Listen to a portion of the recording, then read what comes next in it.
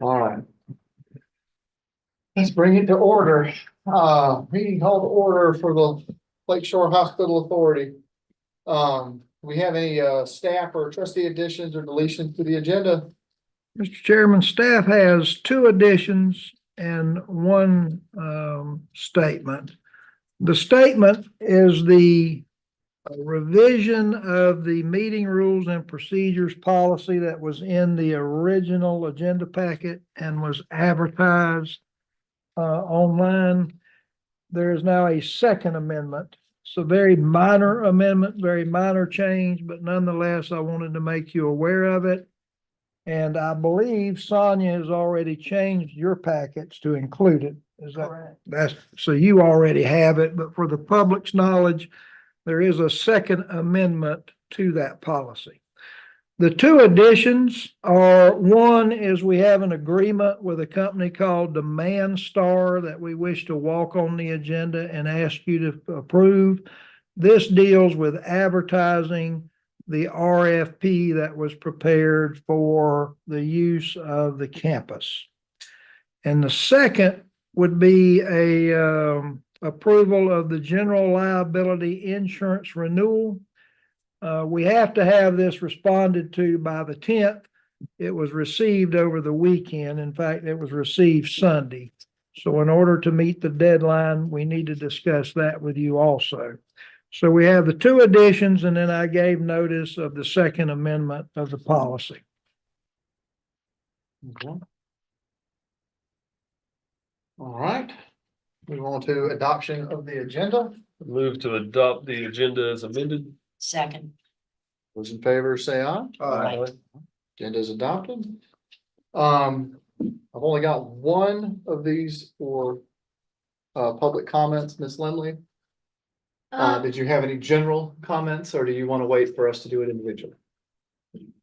I have a general comment, maybe some clarification. Perfect. I noticed on the website, Yes, ma'am. it has the RFP. And I thought the board needed to approve that before it went live or whatever it wants to go. Mhm. Can you clarify if you guys asked Dale to just do it? Or were you guys supposed to approve it first? So it's my recollection, I could be wrong, Dale, didn't we already clear you to send that RFP out as fast as possible? That's the way I did it. That's what Now, my understanding was we asked Dale to compose it. it is on the agenda tonight for me to review with you. Obviously, if you make any changes tonight, we will notify those parties that have received it. So I don't know that the order really matters, but nonetheless, it has already went out. It has been advertised. Well, my comment is that you guys are tired of kicking the can down the road. Brandon has bent toes, lost shoes. And it states a lease, a partnership, etc. We should only be considering a lease. We don't want to personally, I don't think the authority needs to partner with anybody, joint venture with anybody. And it needs to be spelled out. The authority will not provide any money. To be more specific, so we don't have people coming, well, I want it, but I want it for $2 million or $30 million. So I think that needs to be clarified. And that's my general comment for now. Thank you, Ms. Lemon. All right. On down to the approving the consent agenda. So moved. Second. All right, motion and a second. All those in favor? Aye. Consent agenda is approved. Let's move on to our unfinished business. Mr. Atkinson. Yes. Let's see.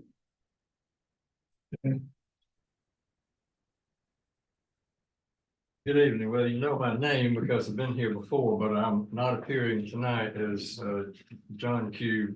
Payne in the rear. But in my official capacity as the business manager for my daughter's family medicine practice, Dharma Care. I keep the lights on and, get the bills paid. Carmen can do her good work. She does lots of it. We are interested in, being an approved provider in order that some of the patients that, we currently have, who have real difficulty and sometimes have to drop out because they can't even afford the monthly membership fee. And if they lose their job or some significant change in their, lives, they may no longer have access to any primary care. Also, we have folks coming to us and folks that we are currently aware of, not talking about big numbers, but small numbers. Who, who have no health insurance and who meet the guidelines. So we would just like to be able to offer an alternative access to primary care, by having Pharmacare an approved provider. We are a small practice, since we're a father daughter thing, we kind of give a new meaning to the family medical practice. It's a small practice, we intend to keep it that way. In order that the practice can really be personalized, and have a real comfortable, situation for patients to come to. So we presented well, let me just pause there. If you have any questions you want to address, to Sharma or to me about the clinic, her qualifications, experience, or anything of that nature. I have one. I'm kind of fascinated. I saw when Sharma opened her clinic there. It's just to be clear for the board. Could you explain to me the basic primary care function, how you guys do your billing? Because it's a cash clinic, right? It's a membership-based clinic. It is, so, I stepped away from the traditional model of insurance-based healthcare, for many reasons. And this, model is direct primary care, meaning direct care from me to patient without anybody else in the middle, AKA insurance companies. So, it's just a monthly fee, the very reasonable monthly fee, and they can see me however many times they want to see me. There's no copay per visit. If they don't come see me, I still get the same fee. If they come see me 25 times, I still get the same fee. And then I have a in-house lab. We draw blood work in the office, so we don't have to send them out. And I also dispense some real common generic medications, blood pressure meds, high blood pressure meds, depression meds, antibiotics, those type of things right there in the clinic. So it's kind of like old fashioned medicine. You know, you come see your doctor, they spend time with you, or your nurse practitioner. They spend time with you. You're not rushed in and out. And it's a very comfortable, personal experience. And they have access to me 7 days a week. And you guys can still, I want to make sure I'm clear on this, you can still refer out to specialists Yes. for specialists. Yes. So some of my patients have commercial health insurance, some of them don't. Mhm. The ones that do have commercial health insurance, some of their insurance plans require an in-network provider to refer them. Hence one of the reason I got out, because I don't like all of those barriers to care. But a lot of them keep another primary care provider, kind of just, they go see them to get a referral, but they still come to me. Gotcha. But the answer is yes, I can refer anywhere, everywhere, just like, if I was in a different type of office structure. I'm gonna add the other thing that I stepped away from was corporate healthcare. So there are no quotas, nobody to tell the provider how many patients they've got to see in a day, how many patients, how many minutes they can spend with them, and provides for a much more personalized approach. And instead of seeing, as she did, I hope you don't mind me saying this, in her last corporate practice, about 1,200 different human beings in a year. That's not visits, that's 1,200 different human beings in a year. And being expected to see 18 to 20 patients a day, it gets to feel like a factory. So patients who come to see Sharma definitely not coming to a factory. And it is old fashioned, even to the location that we're in. We are in who's the old doctor who years ago built the clinic next to where Peter Lord's physical therapy was, Dr. Landrum? Dr. Landrum. We are in Dr. Landrum's old clinic. The building is probably 60 years old. She is practicing in that same facility, and so it is old fashioned. It's old fashioned in more ways than one, but it's given new life and new meaning to Dr. Landrum's old building. Yes, sir. If I may, Mr. Chairman, trustees, just some staff comments regarding this request. Number one, staff reached out to Sharma months ago, actually, to see if she wanted to be a participant in our primary care program, but I think at that time Sharma was too busy getting her own business started. But secondly, we have, as a staff, no issues whatsoever with the level of care that Sharma provides. We don't have any issue with sending any client that we may have to Sharma. So I wanted you to know that. Secondly, you as a board do require for these third-party providers a contract. We sent the standard form of contract to Tim, acting as the business agent. He sent it back, and in your agenda packet, you have that, and he's requesting a couple of changes. One is they're wanting to change the rate for providing service to the current Medicaid rate. Secondly, the way we audit these, they're asking for a few changes to make sure there are no HIPAA issues and violations. I've discussed these changes with Richard. He and I are both in agreement. We have no issues at all with these changes. We see no problem with those at all. So we have no issue whatsoever in recommending approval of this agreement. We would like to mention, and I did mention this in conversation with Tim, we have this RFP out. And by the way, Sharma, I've invited your dad to ask you to submit on that RFP, so think about it.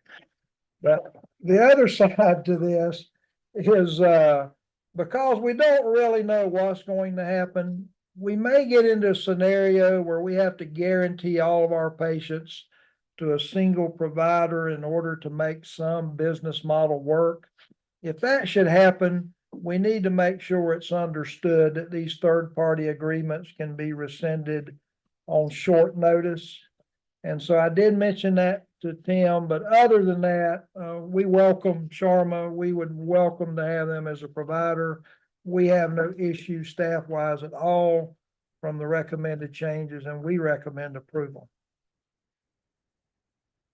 Thank you, and we weren't able to get back together to discuss the concern we have with the possible need to terminate. But believe me, it's not a bargaining chip. We accept that up front. We would like to discuss with you what happens to patients that are already being funded by the authority that have been seeing Sharma. The direct primary care model and the new top quality model of healthcare called patient Medical home. patient medical home, based on a secure, ongoing, trusting relationship with the provider.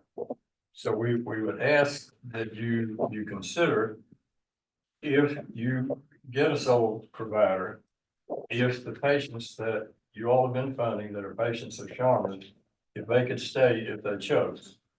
What we would certainly see that you would need to support a business model of sole provider to be able to funnel all of your patients, your new patients, to that provider. It isn't a financial issue. It's not gonna make or break us. I don't think it'll have a big impact on, your sole provider. It's a patient issue. Chair, Yes, sir. just a quick question. What provision is the termination, the time frame? 60 days in the standard agreement. Did that, I don't see that one in here. Was that left out of 5 or is it somewhere else? Miscellaneous provisions, number 8. B. Oh, there it is. Okay.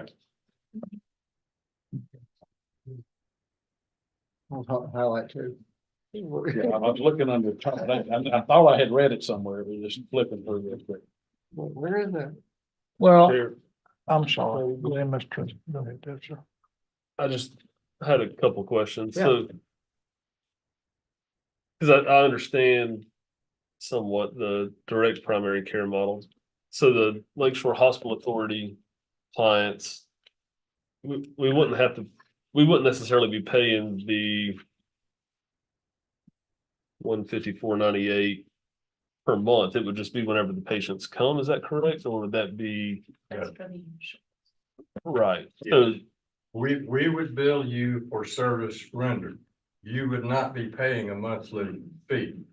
And your patients would not be members of Pharmacare, okay, but they would be her patients paid for on a fee for service basis. okay. Mr. Chair, Yes, sir. on a personal note, I know Ms. Sharma and have since she was probably 15 or 16 years of age, and she was a star student at Columbia High. Of course, tonight's the first time I've seen her since then, and of course, that may have been just 5 or 6 years ago. But anyway, are we going to look at the current rates that we're paying to other providers as far? Yes. If I could add, the Okay. current rates are extremely old, I would say over 10 years old. They Yes, have sir. not been addressed, so, We need to update them. yeah, because it's in our interest to have providers that want to see patients. Right, okay. Thank you, Mr. Powell. But I don't have any other questions. I would like to tell all of you to think about the doctors that you know. You trust them, and that's why you go to them. And I think that no matter what we set up, someone who has built a trust relationship with Sharma should be able to stay there, even if we get another provider. It's not healthy, either medically or mentally, for people to be pulled away from a doctor they trust. As I understand that we would address that if the need arose for a single source provider. As far as those negotiations would come, because it may not ever be an issue. Yeah, well, and of course, my way of thinking would be new patients, not existing. But I think that needs to be in writing. So we can, if you're so inclined, Ms. Laurie, if this is approved, you can just amend it with that caveat. But my intent, my reference was for new patients. And I fully understand trying to put a package together. There are always those little things. Yeah. Shared one more. Yes, sir. So.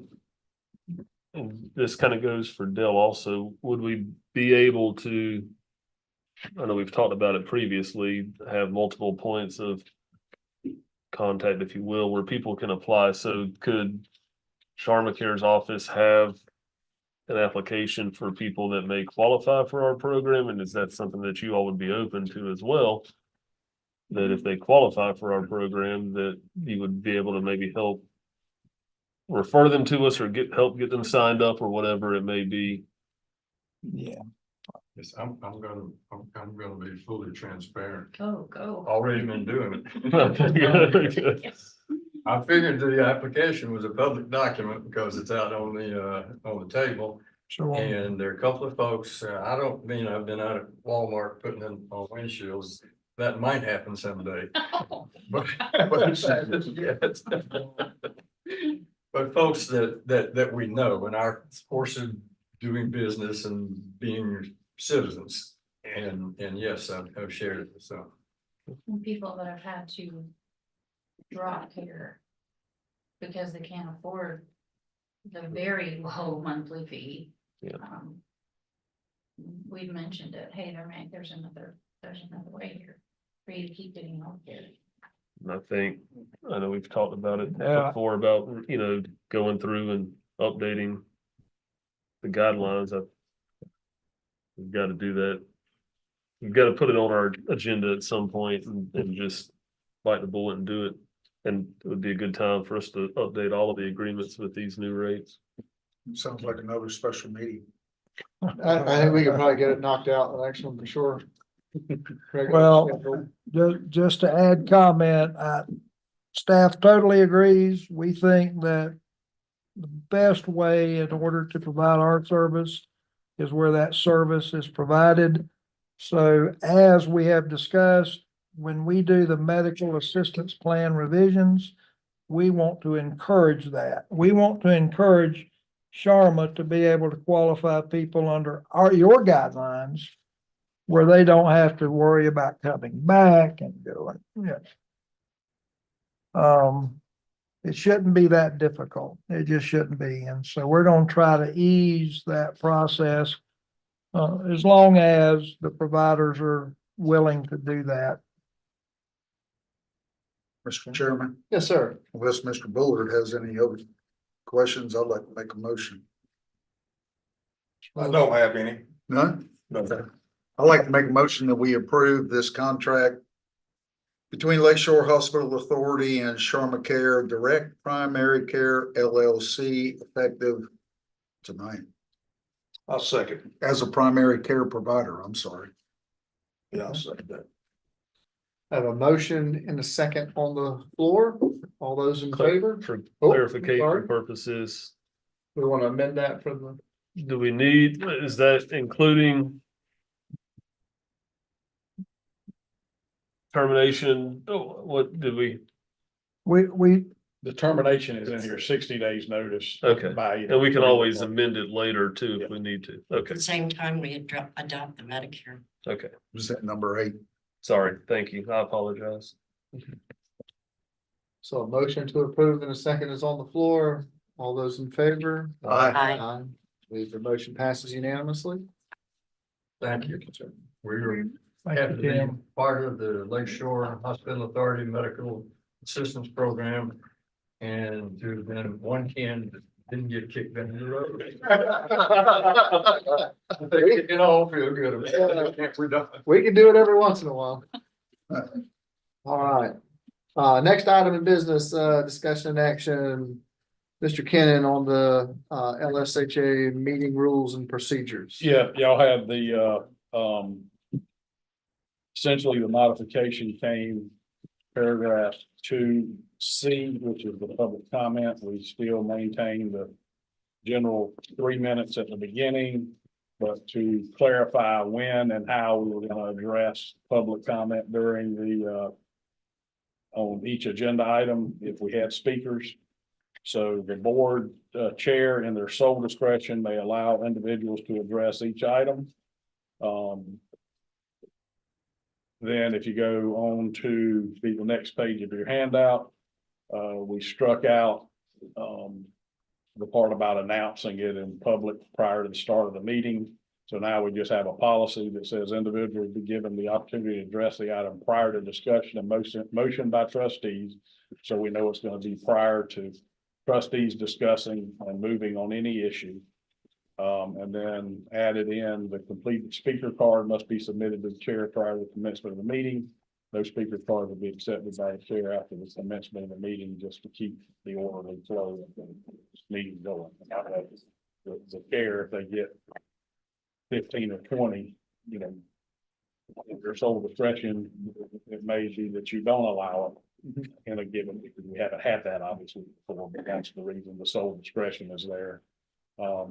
And to have some idea of what we're looking at before the meeting actually commences. So those are the proposals, before the trustees. Can I add one? Sure. On the agenda,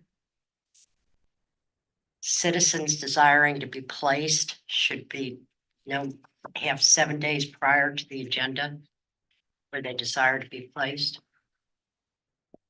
Where is that? It's in 1B. It's a section that I didn't address, it's the very And, top. and the chair will determine whether the requesting citizen shall be placed on the agenda. I question that. Which way? Do you want to tell Barbara she can't speak? Well, the No, agenda, no, the no, agenda I'm- is different. I'm than not public understanding, comment. literally, I do not understand. Yeah, the agenda is different. The agenda would be Mr. Atkinson being placed on the agenda On the tonight. agenda. Agenda. Yeah, This has not, the agenda has nothing to do with the public speaking and public Okay. comment. yeah, this is Okay. public. This is so staff can have adequate time to get the supporting documents. So that, the difference would be Ms. Lemley can speak as the public, Okay, as we define it. He would not I have been, misread that then. right, so he would, if he wasn't on the agenda, then obviously we wouldn't have any of the supporting documents, and he would Correct. be back into public comment for the 3 minutes. So yeah, they are two different things, Okay, but I can see how that would be confusing. Yeah, I was confused. Okay. That's just to be placed on this agenda. Right. Public speaking is at the sole discretion of the chair. Okay. Mr. Beal, did you have something to add? Just a question. If I may have missed it. Does it address when public comments will be taken? Well, you're always gonna have your general public comments at the beginning of the meeting, 3 minutes on any issue before the authority. So what we did is we clarified that before, when we have public comment on agenda items. Well, my question is specific to each individual agenda item. So if we have public comments on this agenda item, when are those public comments going to be taken? They will address the item prior to discussion and motion by trustees. That's the language I added to clarify exactly when it would be. There was some discussion that it should be after the motion's made. Okay, et cetera. I see. So this Thank way you. we've said it's before the trustees undertake their duties, and that way they have the benefit of the public comment before they start. Mr. Kenny, Mhm. I assume that would be when the chair announced the next agenda item. Yeah, it'd be. Yes, the- When he the chair- announces it, then he can say public comments on this agenda item Right, before we even discuss it Right. or an emotions made. Yeah. Okay, thank you. We have someone who wants to comment. Raises the end, I don't know why that is. Which one? The- Stu. Figures. All right, let's do it. Unmute. Can you hear me now, Stu? I just click on unmute. Yeah, I think. Can you hear me? Yes, sir, we can hear you. Good deal. Thank you very much. I would have raised my hand, but good evening. There's no place for me to raise my hand on this thing. Yes, sir. So I would just like to comment on this. And I would say that this is probably now the worst public access policy in the state of Florida, except for maybe the planning council. Well, that's not even true. It is just the worst now. Mr. Kennan has made this the worst policy of any place that I know of in Florida. This is a big county. Somebody, are you suggesting that if somebody walks in 5 minutes late, they can't fill out a form and that can't be passed down and give it? That's not the way the Florida legislature works, if you want to use that as your guide. But now you've made it so this is the way the backwoods, good old boy Columbia County works, which gives it the horrible reputation that it has. I understand that Mr. Kennedy doesn't want to have to allow the people to know what you guys are going to talk about before you make a proposition. But this just is ripe for a lawsuit now to define what a proposition is. Because many times in this meeting, things come up that the board has no idea what a proposition is. And I would just like to respectfully remind you that Mr. Kennan advised Lake City, that's the people down the road and across the street, that the Florida League of Cities recommends that people get to comment after the proposition is made, because the law says proposition, and that's what the Florida League of Cities says. And this does not reflect what I'm doing right now, and many people do all over the civilized world, is comment online. How do you make comments online? It's this policy is unfortunately totally silent on that. So for those reasons, I ask that you need to go back to the drawing board. And Mr. Kennedy is way off base on this, and this board does not have to approve this policy the way it is. A proposition is a proposition. Everybody knows what that means. And if you guys come up with a motion in the middle of a meeting, how are the people supposed to discuss that? Maybe Mr. Kennan can let the people know, the public and the record, because this is recorded, how this board is suggested to address that. And that's all I have to say. I'm opposed to this the way it's been rewritten. There's no reason for it. And if you look at who's attending the meeting, nobody attends these meetings. You guys make it like every meeting, 1,000 people show up. That's not the way it works here. People are so sick and tired of the Lakeshore Hospital Authority and you guys wasting millions of dollars. They don't even want to tune into the meetings anymore. Just take a look at who's tuned in. So restricting public access even makes it worse. So I would suggest, being you're appointed by the governor, Mr. Chairman, and the rest of the board, you take another look at this. Thank you very much for your time. Thank you, Stu. All right. So we at the, I think currently that was a pretty good way for me to do my discretion and have Stu jump in. I think I still retain that with this. You retain essentially discretion Okay. to run your meeting. These are just the guidelines that we'll start out with. Okay. Okay. Well. Wishes of the board. I mean, just to address one of those concerns brought up, I think if somebody made a motion in the middle of the meeting, just a random motion, I feel like our attorney would probably tell us it wasn't advertised and we probably can't take action on it at that time. I would agree. Bill. So I mean, I think that it's good for us. We've seen other municipalities in our immediate area struggle with this. So I think it's good for us to have a good set of rules that we can abide by. So I'm in favor of it, and I would make a motion to adopt the changes in the Lakeshore Hospital Authority meeting rules and procedures. Second. I was actually gonna ask you, I was like, that is a motion, in fact, okay. So I have a motion and a second on the board. Anyone have any other additional comments on this? Okay, so a motion and a second's on the floor. All those in favor say. Aye. What if I want to say something? We had that, so theoretically, right? We had that opportunity at the beginning of this item, was if anyone has any comments, bring the comments forward. And then it's at the board's discretion to do that, but the motion's I up. just have a question. I understand, so bear with me. So we have a motion, a second, they've approved, it's unanimous, so it passes. Is that correct? Yes. Okay. Ms. Lindley, if you do have a comment, at the board, right?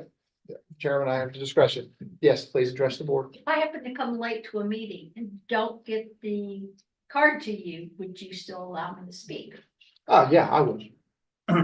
It's at my discretion. I would prefer that everyone come in. What we would have is another situation where we have, for instance, let's say 30 or 40 people all come Yeah. in. Okay, And if they come in late, right, and they all just, if everyone wants to take an inordinate amount of time, yeah, we're trying to put more controls in the hand of the chair to conduct the Okay. meeting faster.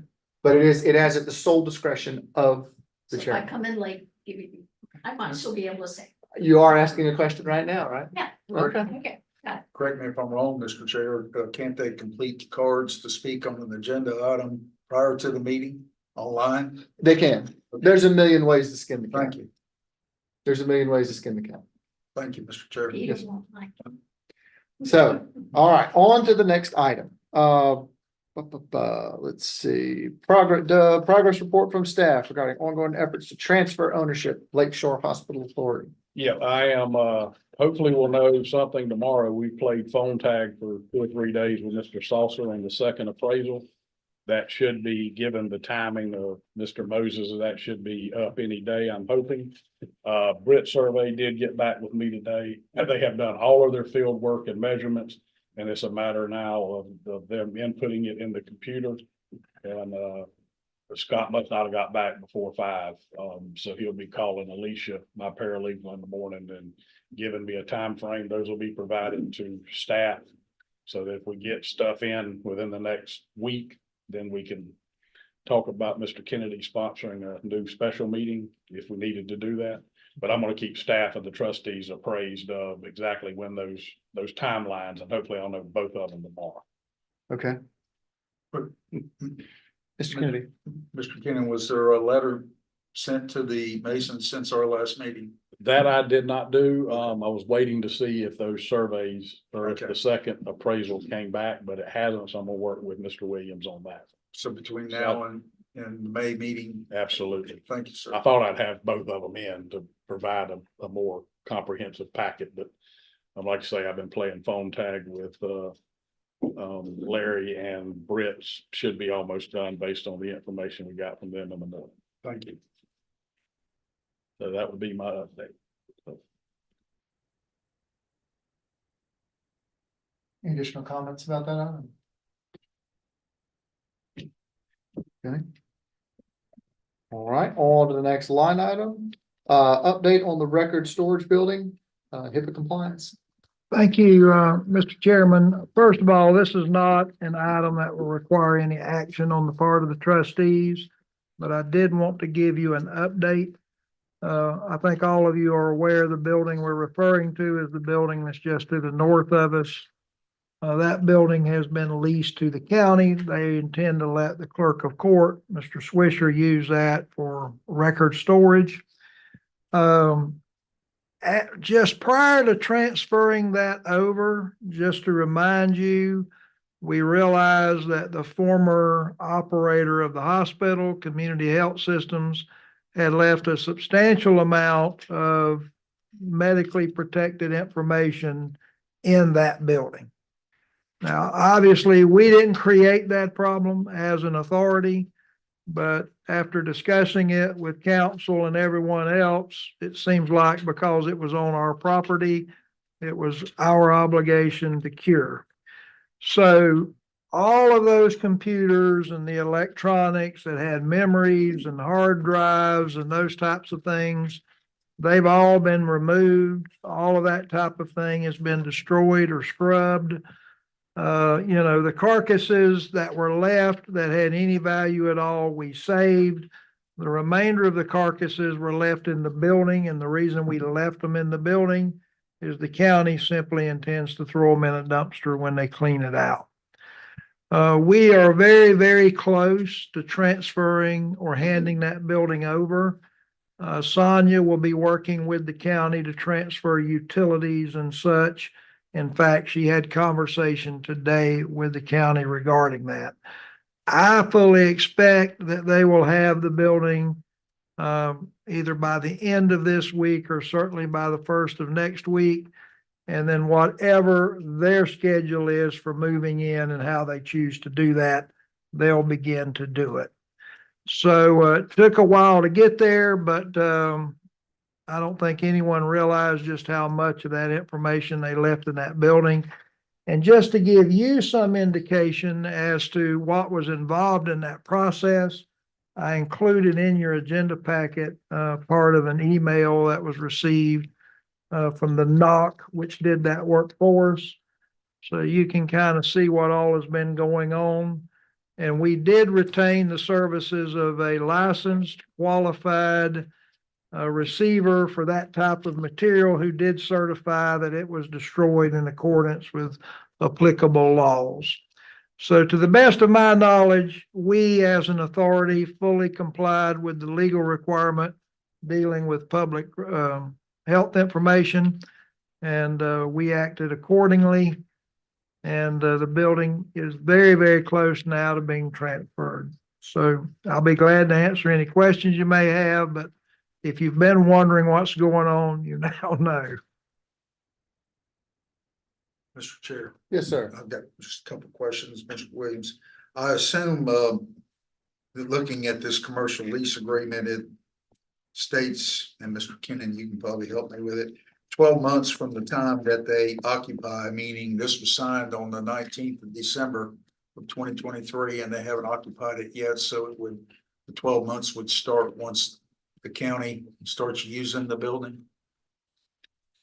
And then they also have an additional 12-month period that they can renew the lease for an additional 12 months. Am I correct? That's the way I understand it. Yes, sir. Understanding. So in other words, let's say they occupy it the 1st of June, then it would be June of 2025 for the first year, and then June of 2026 for the second year. Correct. All I ask is that at that particular time in 2026, that we review the actual rent payment that is being collected on that building. From my reading the lease, I think we need to review that. Okay. That's the only comments I have, Mr. Chair. Thank you. Any additional comments? Somebody, do you have a brief comment? I wish the board would consider just giving the building to the county and be done with it. To go through a lease. Just give it to them. Just plain give it to them. And if there were any, are there any paper records over there in the building? No. Good. And I Okay. think any paper record has now been removed. Okay, There were some. There were videos of body parts. Oh, yes, yeah, I know, right? That is it. Whatever that was. Yeah. porn. No, Okay. I don't think so. All right, on to the next comment. The trustee request for the RFP 2024-1. Yeah, I wanted to give an update. It kind of goes back to the comments that were made earlier. My understanding is we wanted to get it on the street, get responses back as quick as possible, and we even talked about discussing this in the meeting in May. So I've told you that or reminded you of that to let you know that the way this is currently written, these responses are due the 17th of April. Now, obviously, we can extend that if that becomes necessary, but right now, responses are due on the 17th. No. Oh, okay. The questions related to it are due the 17th. The actual responses are due the 24th. Thank you, son. Keep me straight. That gives you a little bit of time to review them prior to that May meeting. And I think that's exactly what you asked for, so we structured it that way. I do also want to make you aware that we did change the scope of this RFP a little bit, and I want to explain why. When you approve this, you were primarily referring to the two-story women's building. And if you look at the RFP, it actually includes 3 buildings. It's the Women's Center, the PT building, and this building. So the question is why? There are 2 reasons for that. One, if you go back and you remember what we received in the first and second offerings, we received some responses which actually required more than 1 building. And so when we began to look at it, should we get such a response as that, we didn't want to limit your ability to work with that. And so that was one reason. The second reason is we, through a default provision, have been working with a couple of vendors. And here's what I mean by default. They did not respond to either the first or second offer from the RFP. Nonetheless, we were working with them in order to see if there was something that could mutually benefit them and the authority. Now, the reason we did that is our policy is silent. It basically doesn't tell us what to do after we have vetted everything that was all the responses from an offering, and there's nothing left. So what we did is we went to the State Department of Management Services. They do have guidelines, and you basically says you can sole source. And that's what we've been doing. Mayo Pharmacy, we were already working with Corey Cooper. Those people came after the second response. However, when you now authorize to go to a third response, even though we think we were doing it appropriate, it opens up the window for them to submit too. That way there's no issue at all about it. So it kind of cleans up the paperwork, and that was something that both Todd and I talked about and felt that it was appropriate to do. So we're still after the same objective. However, we did make a few changes only to give you more latitude in the way that you may be able to vet these and decide what you can do. The other thing, and I just want to mention it to you, is I did have that conversation, and it was a good conversation with Florida A&M University. They want to do a site visit. I think what we're going to run into, though, is that some of these respondents are going to want extra time. I don't know how quick they can move with their current schedules, and they didn't ask for this. I'm just telling you what my perception was. But with just listening to them talk about their committed calendar all the way through graduation, they may not be able to get the appropriate people over here, like the very 1st of May, for example. So I don't know how you feel about it. I'm just throwing it out there where you can begin to think about it. There may be some requests like that, but nonetheless, we've encouraged them all to submit. That gives them a place at the table where we can talk to them. You can vet them. You can decide what is in the best interest of the authority. So we've tried to cover all the bases, make sure that there were no loopholes in anything that may have happened in the past. Even though we felt like we were doing it appropriate and we could sustain any challenge, that kind of went away now. I mean, there's a way here now to do it just by having people respond to this third request for proposal. So if you've got any questions, I'll be glad to answer them. We are getting some calls. We're getting some calls. We're actually getting some that responded in the initial, to the initial RFP, asking what's going on, what's been the problems. One doctor group wanted to know if y'all changed your mind about subsidizing them. I said, no, I'm afraid that's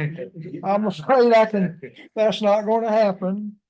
So, and it was done in a very, very lax way. It wasn't being ugly in any way, but I wanted to give you that update. And here again, if you've got any problems or issues with the RFPs, let me know. I'll be glad to try to address it. We have time, but it is on the street. Which brings me up to one of the walk-ons, the Demand Star. One of the things I wanted to do was to get this out nationwide as best I could. We actually, as an authority, used to have an account with Demand Star, but it has expired. This is of no cost at all to the authority. I did ask Todd to review the agreement, which he did. He doesn't have any issues with the agreement. But for those of you that do building projects all the time, you're familiar with the Dodge report. Yes, sir. This report basically handles like services and et cetera. And so they would put our RFP out on a internet-based format. It would go nationwide. Maybe it helps us get some additional responses. Maybe it doesn't. But I did want to get it out there and reach as far out as I could. So I would ask that you approve the agreement with Demand Star in order that we can best advertise our RFP.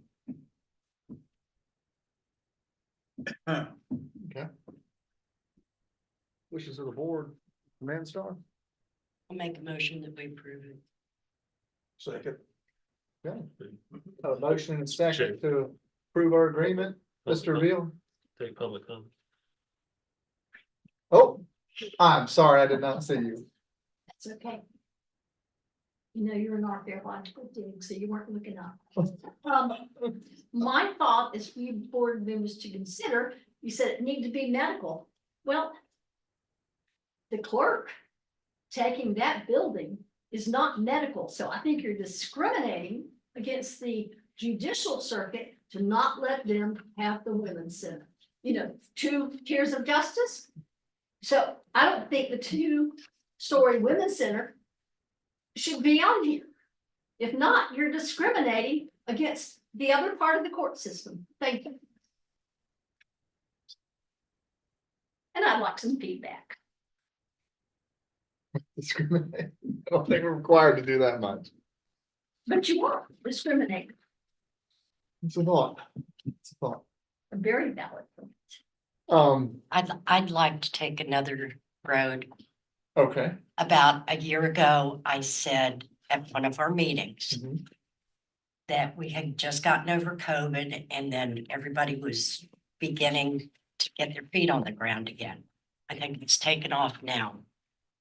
So we may have many more RFPs. Mr. Chair, I'm not saying we will, but we might. I mean, things are already starting to percolate. Yes, ma'am. Mr. Beal. I'll take a stab at the commenter's request for By all means. return comments. I don't think that the storage facility is very well equipped for medical services to be rendered in that building. And the 2-story women's center building is better equipped for medical services rather than storage. So I think there is a little bit of a difference, and I try not to discriminate against Well, it could be a build out. any person, place, Sure. thing. Mr. Kennedy. Well, I might add, it's gonna be used by the public health department too. So. There's a thought. Any further comments before we vote on the motion in a second? Okay, motion to approve the Demand Star agreement. All those in favor say aye. Motion passes unanimously. Any more new business there, Dale? Yes, sir. We also walked on the renewal for our general liability. Yes, sir. And again, the reason for walking it on is this was received this past Sunday, yesterday, and they need a response from us by the 10th. And I didn't think you would want to call a special meeting just for this.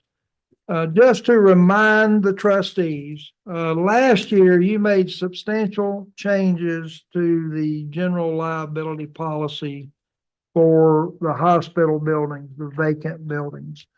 And you did that in order to stave off a substantial increase in premium. And so we basically, eliminated some perils and other things, and you made a substantial change. This year, even based on the substantial change, the company that was writing it, which was James River Insurance Company, they were asking for like a 32% increase. We're currently paying $23,450 a year, and they wanted to increase it to $29,250. Again, just to remind you, we're members of the Florida League of Cities as it relates to insurance and other services. So they're obligated to sort of shop for us, which they did. And they were able to find another company named Lexington Insurance Company who was willing to insure the building for $24,148, which is about a 3% increase. So I've asked Todd to do a comparison of the two policies and the limits, and we did one internally ourselves. For the most part, the limits of coverage are the same. There are some provisions that slightly differ, but both Todd and I agree that there's no reason that you shouldn't accept the proposal from Lexington Insurance Company. It's a 3% increase from what we're currently paying, and in this market today, I think that's as good as you're gonna possibly get. So staff is recommending that we accept the renewal from Lexington Insurance Company for the authority's general liability. I concur. We did the analysis this morning, and essentially the only difference is the premium price, the limits for each occurrence, So they're a little better. personal advertising, For general some area, yeah. aggregate damage, medical payments, assault and battery, the deductibles, all of those are exactly the same.